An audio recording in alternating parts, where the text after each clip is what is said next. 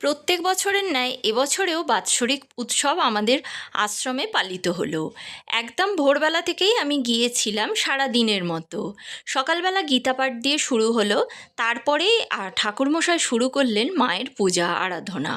প্রথমে মায়ের প্রাণ প্রতিষ্ঠা হলো, তারপরে পর্দা দিয়ে চক্ষুদান হলো, তারপর মাকে বরণ করলো, মায়ের আরতি হলো, মাকে তারপর অঞ্জলি দিয়ে শান্তি জল দিয়ে পুজো সম্পন্ন হলো। এবার বাইরে শান্তিযজ্ঞের মাধ্যমে বিশ্ব শান্তিকে মানে বিশ্বকে আর কি শান্তি করবার চেষ্টা হলো। আর আমার দিব্যসোনা বেশ আনন্দ করছিল। তারপরে আমরা সবাই মিলে ওখানে পুটুও গিয়েছিল। ওরা আর কি দুজনে আমাদের সাথেই যোগাযোগ করলো, করে প্রসাদ নিলাম। প্রসাদে হয়েছিল ঠাকুরের ফল, খিচুড়ি, বেগুনি আর পাঁচমিশালি তরকারি, চাটনি, পায়েস।